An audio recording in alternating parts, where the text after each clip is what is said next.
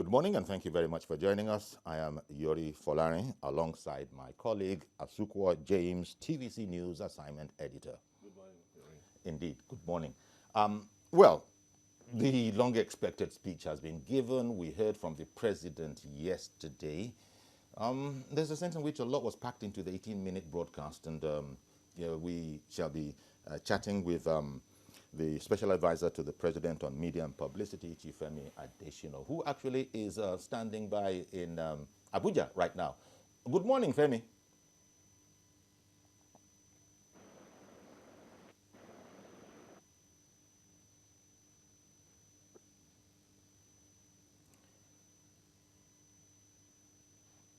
Hello. Good morning, Femi Adesina. Hello, good morning. Okay, good morning. Thank you very much for joining us. I hope you can hear us enough to respond to the questions. Let me start off by sort of ironing out a bit of confusion. The president said in his broadcast that the new provisions of the lockdown would start from Monday, the 4th. Some newspapers are carrying the 2nd, Saturday the 2nd. Would you like to iron out that wrinkle, please? Well, what I would like to say is that there is just one authentic copy of the broadcast, which is the one released from the media office. But then I realized and recognized that a couple of hours before the broadcast itself, a copy of the purported speech had been circulating, particularly on WhatsApp. If you compare the two, yes, there are some similarities, but then there are also wide differences. You have just mentioned the effective date, particularly of the gradual easing of the lockdown. What happened was that somebody got hold of the initial draft of the broadcast and played cheap on it by releasing it through the social media. Yeah. If you know the processing that a broadcast goes through before it gets recorded, the speech script will originate from the relevant government agency, department, parastatal, or ministry. They originate it, whoever heads that agency, ministry, or parastatal signs up on it, and then they send it to the presidential office. When it gets to the presidential office, it goes through a number of hands again, because the president's thoughts must be infused and injected into that draft. There are some things that may be in it that the president may not completely agree with. And then finally, it comes to the media office. And I sign on it, which I also did yesterday before the broadcast was recorded. I signed off on the final copy. So when some hours before the broadcast was played back, before the recording was played back, I saw something circulating on social media. I knew that that was not the copy that I signed off on. Then we began to investigate. It has been found out that the original script from inception was what somebody laid hands on and then released to the social media. And apparently some mainstream media also got hold of it, because social media is one thing. Mainstream media and the usual levels of professionalism that you associate with them, somehow everybody seemed to have got egg on their faces. Well, mainstream media knows how we release our statements, whatever documents we are releasing. They should know how to authenticate it. It comes from the media office of the president. So if any mainstream media is now taking its feed, taking its information from the social media, that mainstream media is to blame, because we duly released the authentic copy of that broadcast by 8:06 p.m. So the mainstream media should not have depended on a leaked copy, which turns out to have many discrepancies compared with the original and final copy. Okay, then. But fortunately, I would believe that most Nigerians followed the president live in his broadcast. And no doubt everybody would have been picking something for themselves. There are technical aspects to it where the president dwelt on, matters of the economy and, how it will be sustained and all of that. But let me quickly pick up some of the social aspects. Now, in terms of whether people having lockdown fatigue or not, is in the air, some people have been asking the question since the president's broadcast, how about schools and churches? Can I now go to church? What about the school children? Do you also believe that, that area is a bit, hazy? Or what do you think? Well, the reception is a bit muffled. At times you come out clearly, at times I can't hear you very well. So maybe if you can just repeat the question part of what you have said, maybe I'll be able to decipher it. Sure. In relation to movements, how does it affect religious houses? Some people want to know, can we go to church after this broadcast? How about schools? Can we do limited things in schools? Yes, you asked whether I go to church. No, I didn't ask whether you go to church. But whether we will be allowed to. Social distancing thing started. No, I've not been to conventional church as in a congregation. But from my home every Sunday, yes, we sit down, we read the Bible, we pray. Okay. Could I just repeat, please, Femi? Let me just repeat. I think the line that is a bit buggy. People want to know, as a result of the new conditions that the president has now, put out, can they now go to church, which is going to be different from what used to obtain? Or, is there still a restriction on religious gatherings? I really have a problem with the reception. Okay. Okay, let me try one more time. I'll try bullet points. Can people go to church? Oh, okay. Can people go to church? Well, what Mr. President said yesterday was that from Monday, 4th of May, there will be a gradual opening up.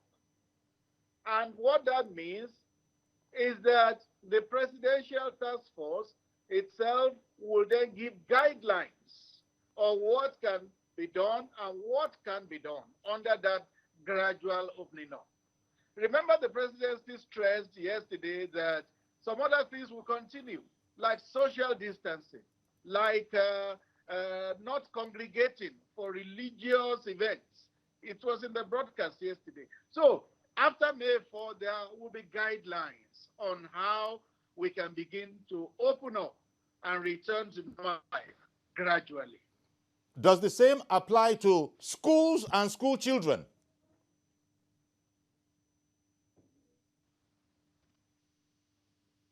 Does it apply to what?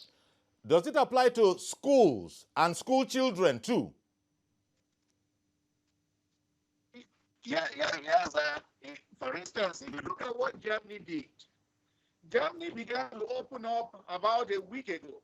It opened up its schools, but not at every level.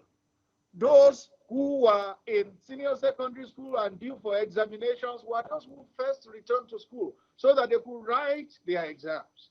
And it said gradually it will go down to the different grades.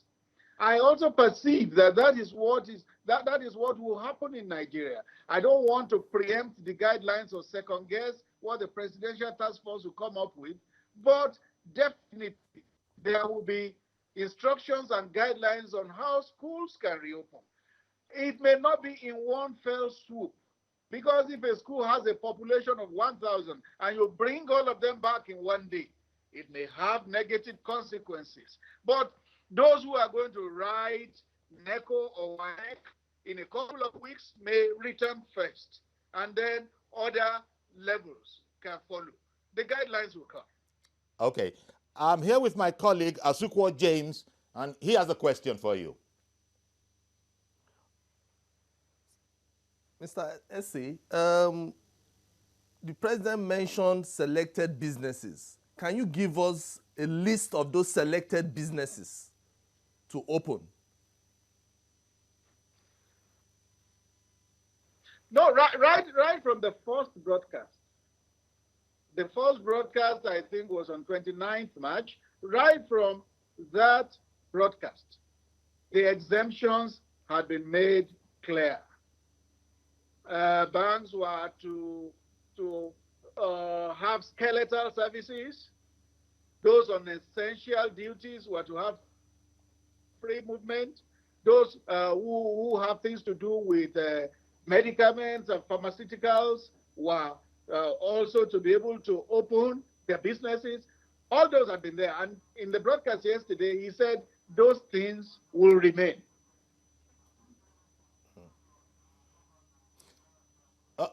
Okay, Femi. The other thing, essential businesses will open, as has been said. People are waiting almost with bated breath to know what are essential businesses in this context. The barbers want to know if they can open. Hairdressers want to know if they can open. People. Yes, these things will not actually come from the presidency. They will rather come from the task force. There is a presidential task force which will dot the I's and cross the T's. Okay. They're the ones that will give the basic essentials of that presidential directive. Those who are exempted and those who are not exempted. Okay. For instance, markets can open 2 days in a week in Abuja now, Wednesdays and Saturdays. It used to be from 10 to 2 p.m. Now it's from 8 to 3 p.m. So the task force will explain all those exemptions. Okay. Now, Femi, we're going to, hold on, be with us. We'll go off on a break now. We'll come back and continue with this conversation, if that's all right with you. I didn't quite get that question. Stay with us, please. We're going to take a break, but we'll resume and join you again. No, when Asuko asked me the question, it was clearer.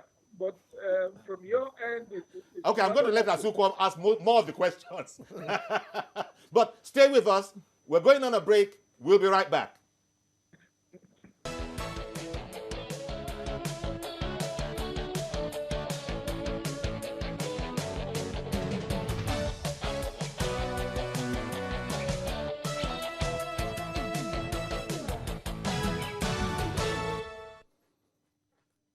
Okay, welcome back.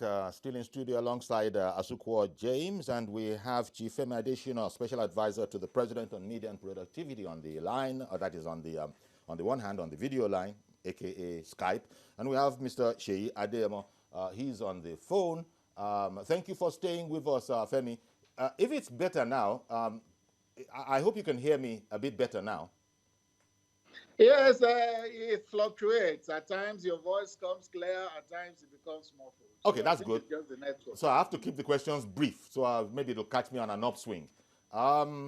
You explained that, in fact, let me bring, please stay there. Let me bring Mr. Adeyemo in, because Mr. Seyi Adeyemo, he's an Africa Affairs analyst. Nigeria is part of Africa, and right now we are trending. We're the biggest in Africa. He's a publisher and Africa Affairs analyst. Mr. Seyi Adeyemo, thank you also for joining us on the phone. Thank you so much for having me. Okay, then. Give me your view of the president's broadcast yesterday. Did it cover the areas that you expected it to cover? Essentially, I was excited by the fact that Mr. President sort of gave a whole week and nobody really took note of that. And for me, that was very, very important, because it's brilliant. At a time like this, when everyone is apprehensive, the critical thing is to douse tension. I like the fact that he seemingly went on to the fourth and which was a whole week. And, it wasn't something that we really took note of. We're all just happy that, there was going to be a gradual ease of the thing. Now, the other thing is the fact that he mentioned that gradual ease sort of sends some level of assurance to everyone, which is also critical at this very critical time for every one of us. So for me, those were the critical things that I do. And like Mr. Femi Adesina has said, we are all expectant of the, crossing of T's and the dotting of I's. That would very, very, very well help all of us to settle into the happiness that we're celebrating now, the fact that we know that at least some level of easing will come. Indeed. So that part would either make this a very good walk or, fail a failure at the end of the day if what they say to us is not clear enough. Because for me, what the president has said enough has sort of played his role, because in some way we are now expectant. So we pray that the presidential task force will will be more clearer in the things they tell us. Indeed. The president had even said, you'll recall, that individual governors were, free to, fine-tune these according to their local conditions, so far as they stayed within the ambits of what the president was telling us. These are the guidelines, but everybody will interpret it differently. Take Anambra State, for example. The commissioner had announced there, the commissioner for information there, Sidon Adinabo, had announced that their government had decided that churches could reopen. Again, listening to their leaders, who he had said, paraphrasing him now, were very, very much in tune with the peculiarities and all the things that you have to take care of in COVID-19. So that announcement was made before, I think a day or two before the president's broadcast. And, so governors will look at what's going on around the area. That, again, probably, was it was something that was pleasing, that one case won't fit all, one size won't fit all in this situation. Absolutely. I think that's the lesson for all of us to learn from this. The fact that everything, it's like the Yoruba saying that says, Olori Doriemu. Well, I understand. Okay, let me stay with us. Let me go back to Mr. Adesina again. And I'm going to let Asukwo ask the question, since his own is clearer. Okay. Okay, Mr. Femi. Now, the Kano the president actually declared Kano, the total lockdown on Kano. Now, is the president worried about Kano? And the total lockdown, will it be total lockdown whereby soldiers will be on the streets and police will be on the street to make sure that the total lockdown is total? Well, total can only have one meaning, and that's complete. So what we are going to see in Kano from last night is a complete lockdown, because if we're not careful, Kano is going to be like another epicenter of the pandemic in Nigeria. We don't want what happened in New York, in USA, to happen in Kano, Nigeria. So when the president says total lockdown, but the operationalizing of it will be done by the state governor, who is the chief security officer of the state. What is the briefing that the president is getting about the situation in Kano vis-a-vis this strange illness syndrome? They don't like it being called COVID-19. Strange illness. Now there's something called a verbal autopsy. Talk about that a bit. Yes, like the president said in the broadcast, investigation is ongoing about the strange things happening in Kano.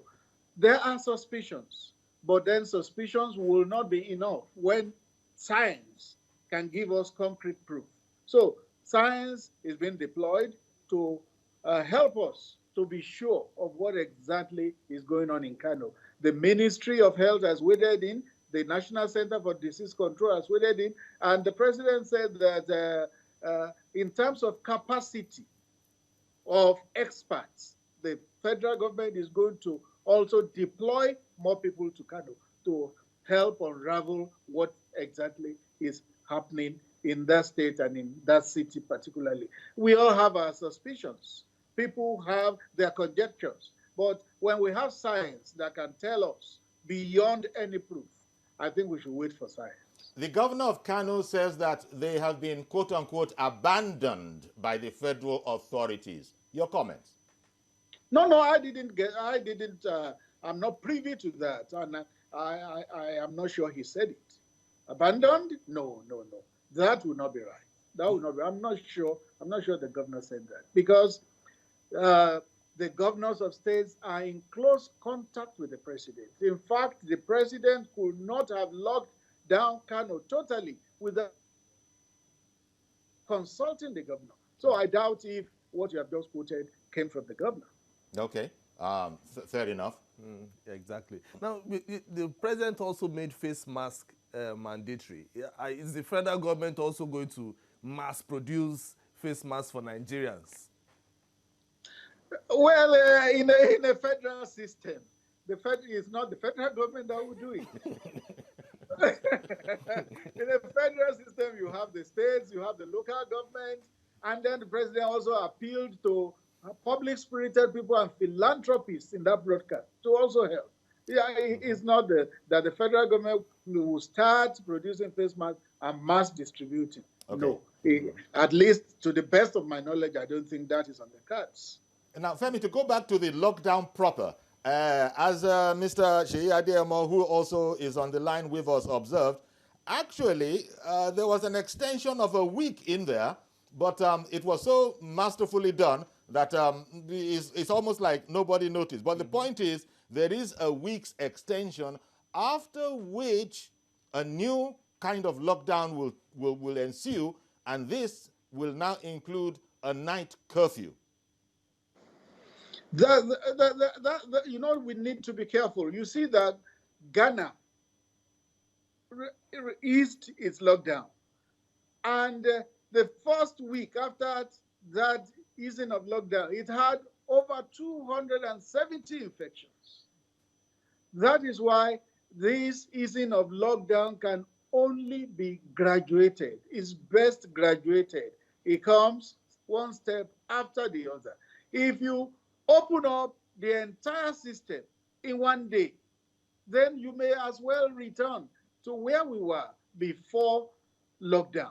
So the best thing is to take it one step after the other, gradually, for the good of our citizens. What is the presidency's disposition? I'm talking about the president in particular now. The presidency's disposition to efforts being made, alternative efforts. Nobody has a cure for COVID-19.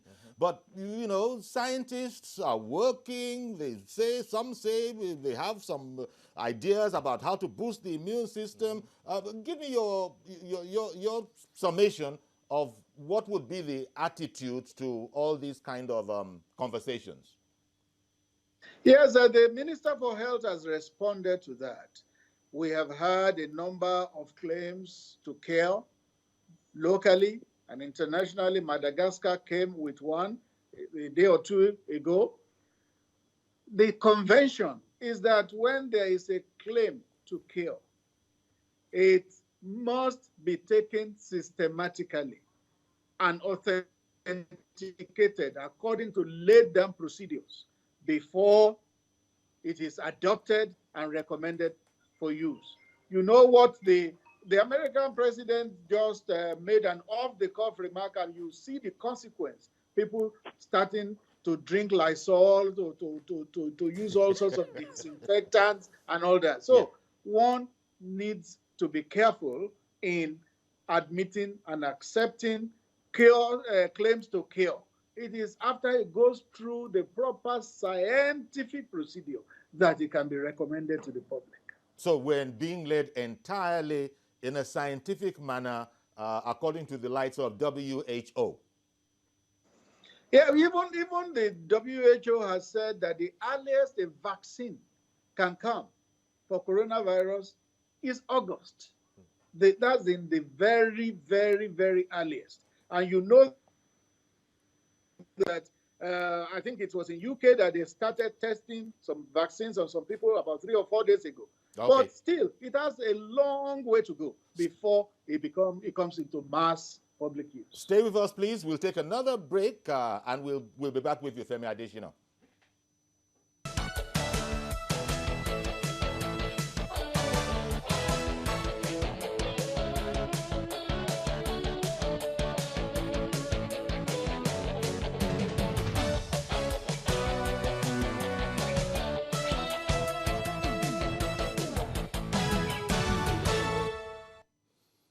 Okay, welcome back. Here still with Sukwa James, TVC News Assignment Editor. We have Chief Femi Adesina on the Skype line in Abuja. We're happy he's with us on the program and will continue to be with us. We have Mr. Seyi Adeyemo on the telephone line. Now, coming over to you, Seyi, Africa Affairs Analyst. Look, what do you think? We are hearing, take Senegal, for instance. They say they have come up with a testing kit that because of the backlog of the wealth of experience they have, it just costs $1. Do you think we could also find a way to sort of align with this, or give me your thoughts on how well we are doing? I didn't quite hear you. Please, can you be louder, please? Oh, dear. Okay. If I were to be louder, I'd be almost shouting. Let me try again. From an African perspective, putting our efforts into the perspective of Africa, you are no doubt aware of the Senegal $1 testing kit, thing that they've come up with as a result of their great experience in previous epidemics. Yeah. Do you think what do you think about our scientists? Why aren't we linking up with that? Is it a possibility? No. So like I've always said, and I will keep saying, at a time like this, we need to throw everything to the table. I know it is the right thing, for public officers to be careful what they say out there. But at a time like this, since it's novel, and we all know that it's novel, we need to make sure that everything that we have in our kitty is brought to the table. Because at the end of the day, we had smallpox. We had malaria. Malaria, now we're seeing it as something that is an everyday thing. But it was actually a pandemic, and it killed a lot of people when it first came. So we had all sorts of things that was drawn from our kitty. So my recommendation will be that as a people, since it is affecting everybody, we need to start to explore indigenous possibilities that would solve this problem. Because at the end of the day, a lot of people would die anyway, but what did we do? Did we fold our hands expecting the superpowers to tell us to take every step? Or did we try as human beings to do or draw out things that we can explore as a people, as Africans? Those are critical things we need to deal with at this time. And for me, those are the lessons and gains of this time. We are finding indigenous ways. So for me, the way to go is to make sure that whatever we can do as a people, we do. And at the end of the day, we will be shocked the kind of contribution we would be able to contribute, even to world healing of this matter. Because if we decide that we will continue to fold our hands, I think that is not the appropriate thing to do at a time like this. Well, thank you very much, Mr. Seyi Adeyemo. Really appreciate your coming on the program via phone. Thank you so much. Perspective. Thank you very much. We shall now we still have Mr. Femi Adesina with us, and we shall be taking calls as well. So back to you, Femi. Importantly, part of this the whole lockdown being gradually lifted, when it comes to essentials, farmers, agricultural workers must be frontline.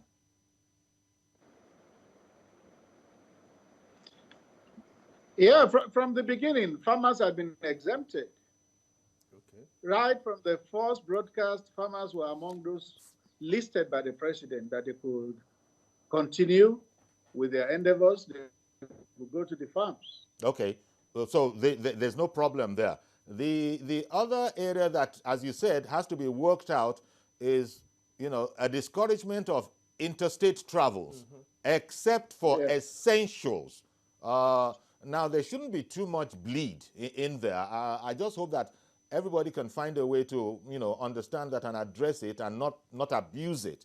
Because you find that since this has started, people don't want to be locked down. People are smuggling themselves in cargo lorries, under produce, doing everything. In terms of interstate, You know, interstate travel, interstate transportation, I beg your pardon, let me put it like that.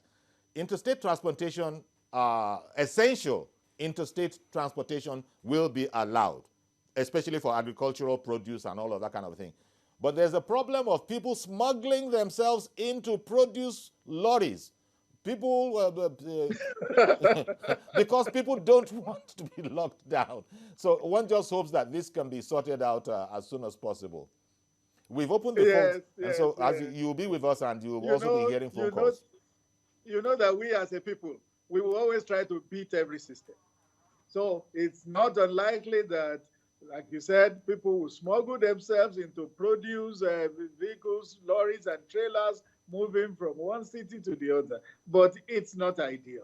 Okay. One moment, Femi. I beg your pardon for interrupting you. Sorry, Femi. Femi, I got to interrupt you. Femi, it's better to be locked down than to be locked underground. Okay. Femi, one moment, please. All Nigerians should realize that. We have Mazi Okoroafo on the line. Good morning, Mazi. You got a question for Chief Adesina. Good morning, guest Femi and the other man on the net. My brother still in the studio. Asukwa. You see, you see, what we have now in Nigeria is that we should know that education is one of the bases. That is one of the dividends of democracy. Because if you work on the timetable, why are you supposed to start on the 6th April and end second week of May 2020 for the SSC? And you talk about the NAPTEC that will start in May and NECO to start in June. But the thing that because of this corona that has disrupted this, I think the government should, at one just said, let SS3 and SS2 be called back, or only SS3 and JSS3 to go back and prepare for the exams. That's my own suggestion to the government. The best is left for the minister. And this issue of face mask, there is no state that doesn't have tailors. I would just suggest to the governors, they encourage all these our tailors to come into the business. And when they are doing this face mask, they should make sure that the face mask should be with cotton material, not with nylon. And the religious leaders should be encouraged, and even schools that are bringing back this year by the SS3 and SS3, to make sure that everybody is a must. Any office you enter, you must have their face mask. Original. Some people just go and carry one the old rag and just cover their face and say face mask. Mazi, I hear you. It's a rare opportunity. Did you have any question for Femi Adesina? Yes, what I want to ask Mr. Femi Adesina, my brother is here, Professor Ayede, the governor of Cross River State, is a molecular professor. And we have Professor Iwu, who said he has traditional medicine. Now, what does it take the government to bring? Let's talk about Professor Ayede, that's a molecular professor in Nigeria. Because statistics have shown that in Nigeria, we have the highest number of doctorate degree holders. Okay, Mazi. Okay, Mazi. You got to keep Mazi, it must be brief so that you can hear. Thank you very much, Mazi. Femi, did you hear all of that? Yes, okay. I understand what Mazi was trying to say, but okay. I think I've also touched on that matter earlier. There are claims to kill, but there are procedures, laid down procedures, global standards, international standards. You dare not go below that, lest you admit something that has not been proven and tested for use, and it leads to more casualties. So we need to be patient and go through the gamut of the procedure. And there are agencies of government set up for that very purpose. Okay, then. Thank you very much for that, Femi. As I said, it's something of a rare opportunity in that there's Femi Adesina, is special advisor to the president on media and publicity. He's on the line, and you can actually phone in and ask him whatever question you want, correlating to the president's broadcast and this general situation. Let me see. Andrew in Kaduna has come on the line. Okay. Good morning, Mr. Andrew. Good morning, sir. You guys are doing wonderfully well. Thank you. So I have something that is troubling. The presidency of he made a speech on the interborder state traveling and other things. But I think the major problem we are having is the security. We have a serious problem with our security. there are some places you will go to, you discover that despite the security to do their work, they keep on collecting money and allowing people to come in. So how do they go, how would the government tackle such type of problem? Thank you very much, Mr. Andrew. Brief, and Mr. Adesina has heard it, and he knows the extrapolations of that question. So Femi, how say you to this problem of security compromising our interstate containerization efforts? Yeah, the policy on interstate travel is that it can't happen now. Because you will see that if you see the history of this pandemic, it started with importation into the country. Nigerians coming in, foreigners coming in, and then the borders were closed, both air, land, and sea. After that, the next stage is community transmission. Community transmission. Then you have seen translates to state. I think it was Plateau that got its index case a number of days back, and that index case had traveled from Kano to Plateau. So you see why there needs to be a curbing of interstate movement. And the policy now is that for the next 14 days, there will be no interstate movement except for people on essential duties, security, agric, and all that. It's all so that we can curb this interstate importation of the virus. You just said the next 14 days, and we were saying that we have understood that there's a 7-day extension of this, even though it wasn't explicitly stated like that. But there is a 7-day extension in the sense that the president's new guidelines will take effect from the 4th. I didn't quite get that. Okay, don't worry about it. Mr. George from Ikeja, good morning, sir. Good morning, Uncle Yori. Okay, you're welcome. And also good morning to Mr. Femi Adesina. Okay. Thank you. Good morning. Uncle Yori, something that, the thing that first struck me in the president's speech is the pronouncement on the help for our health workers. Mm-hmm. That insurance scheme that he introduced for our health workers is very, very motivating and encouraging. For somebody to put his own life on the line to save others, such a person needs to be encouraged. That was the first thing that just struck me, that this is a very good motive. I'm happy that Mr. Adesina is listening. Please, sir, the president doesn't have time to listen to programs like this and listen to people like us. Tell him... Don't be too sure, sir. Don't be too sure. Please tell the president that he should do the same thing for the soldiers fighting Boko Haram. Insurance cover, so that when anything happens to any of our soldiers in the war front, their families will not just be suffering immediately.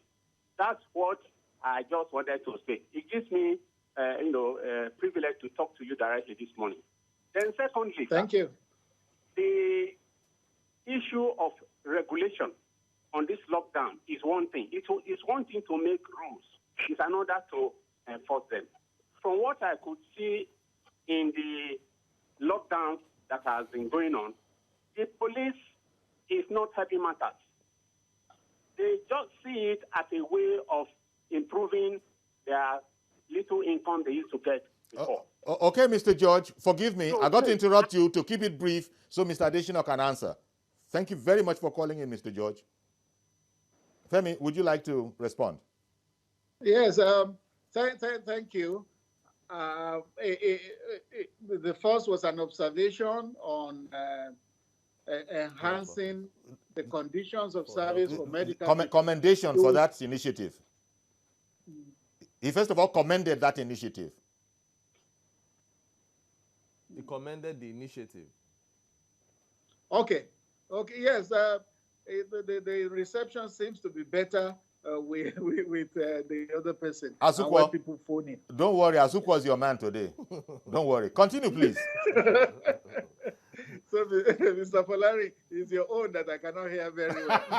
Yeah, please continue with, if you can hear me now, Mr. George, first of all, commended that initiative of treating our health workers, you know. That is insurance cover for frontline health workers. Good. Yes, he did. I heard as much, and I think it's a good thing that that has been observed. He then bemoaned the security. Yes, the police, you know. Okay, security. Yes, it takes two to tango. If there is no giver, there will be no taker. People who are on the road without authorization are the ones who can give bribe to security agencies on the road. If they had complied with instructions in the first place, there will be nobody to fleece them on the road. So it's not just strictly down the alley of the security men, particularly the policemen. If they were there and there are no people on the road without authorization, there will be no need for bribe. Okay.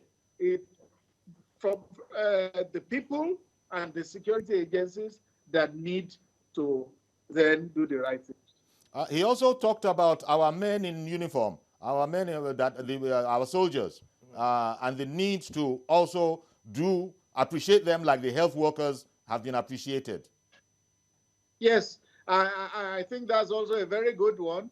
I am also aware that once you sign into the military, there are also some covers you have in terms of welfare and insurance. But I think the military authorities will be listening now. If there are things to do better, they can also do. Just as has been done for medical people. Okay. We have a call coming in from Egbeda.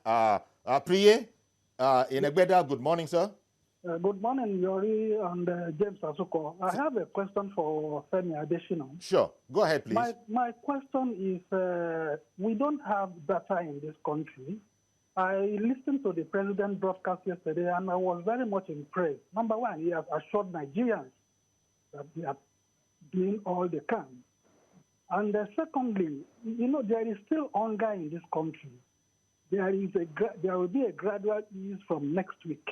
So a lot of people will still not be able to go out. People like artisans. What is the government doing? If we have data in this country, maybe through BVM or other data that we have collected, we can send some palliatives to the government. These things should not be politicized. Who are the poorest of the poor? That is my question. Thank you very much, Mr. Priye. Yeah, thank you. Thank you. You know that Nigeria has been a country that didn't have anything in terms of social security. But from 2016, this administration introduced the Social Investment Program. And a register was also developed. In the last broadcast, the one before yesterday, the president said he had given instructions that that register be increased from 2.6 million households to 3.6 million. That is a beginning, and that is a progression. There was a time there was no register in this country. There was a time nothing was done for the poorest of the poor, but something has begun now, and it can only improve and get better. We don't pray for disasters and epidemics, but if anything untoward happens after this, you see that Nigeria will be better prepared than it had always been. Okay. We have Felix in Abuja. Good morning. Good morning. Thank you for calling in.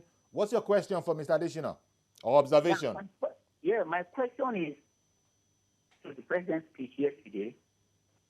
We don't have statistics on how much has been spent on the palliative and how many citizens have received.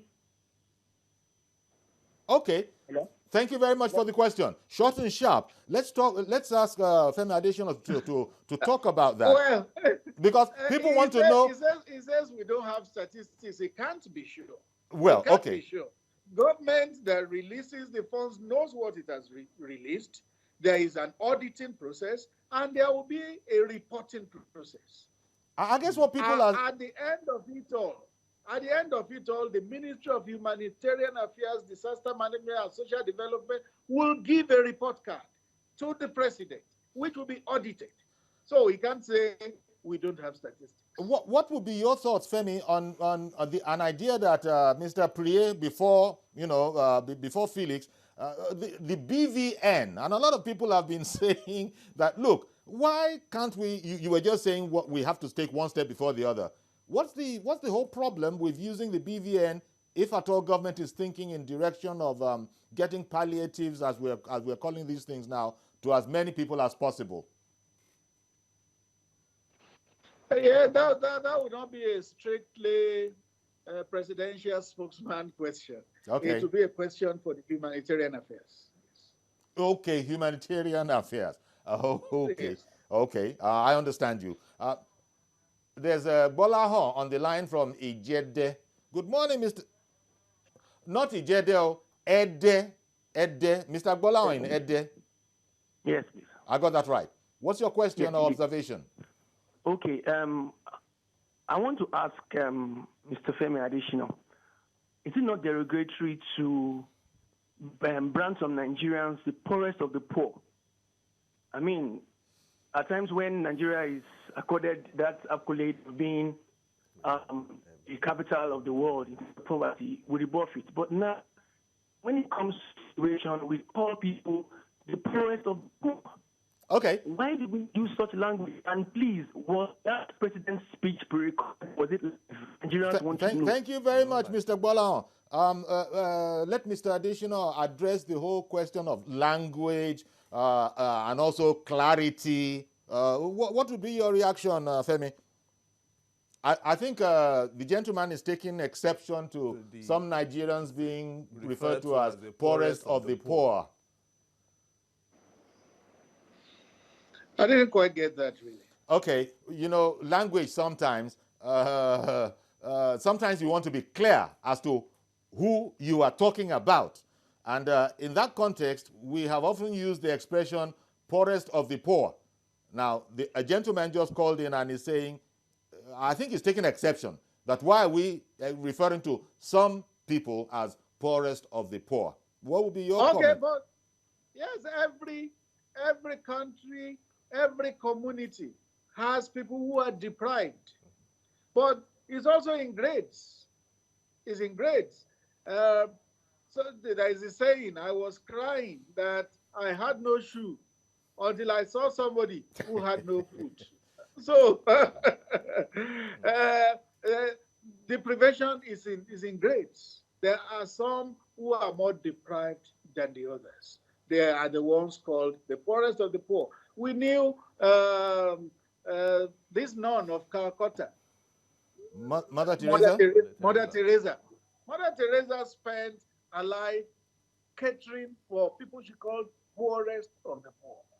Even in the Bible, Jesus says the poor you will always have with. So at any given time, you will have the deprived in any society. Even in the Western world, you will always have the deprived. You find people who sleep on the streets. Okay. They are there. Femi, final question now, maybe. Yeah, so what happens to those whose names are not on the register, particularly the unemployed? And yes, that is why ideally the thing should cascade. The ministry will not likely know people. Okay, Femi, I'm sorry. I'm sorry for having to rush you a bit like this, but we've got to interrupt you. And thank you profusely for coming on the show. We know you have a busy schedule. Thank you very much for coming on, sharing your perspectives with us. So that will have to be, indeed, that will have to be our program today. Asuko, James, and I do have a great night, and catch you tomorrow, God willing, for a fresh edition.